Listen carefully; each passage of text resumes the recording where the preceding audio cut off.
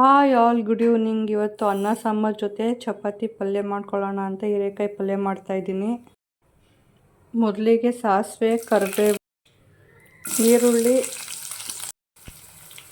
Tomato ಸ್ವಲ್ಪ fry ಮಾಡಿಕೊಂಡು ಅರಿಶಿನ, ರುಚಿಗೆ ತಕ್ಕಷ್ಟು ಉಪ್ಪು, ಈಗ ಹೆಚ್ಚಿಟ್ಕೊಂಡಿರೋಂಥ ಹೀರೆಕಾಯಿ ಹಾಕ್ಕೊತಿದ್ದೀನಿ.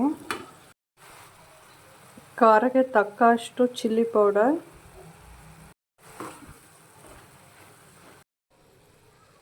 ಎಲ್ಲ ಮಿಕ್ಸ್ ಮಾಡಿದ ನಂತರ ಒಂದು 5 ಮಿನಿಟ್ಸ್ ಬೇಯಿಸ್ಕೊತೀನಿ. ಪಲ್ಯ ಕೂಡ ರೆಡಿ ಮಾಡಿಕೊಂಡೆ.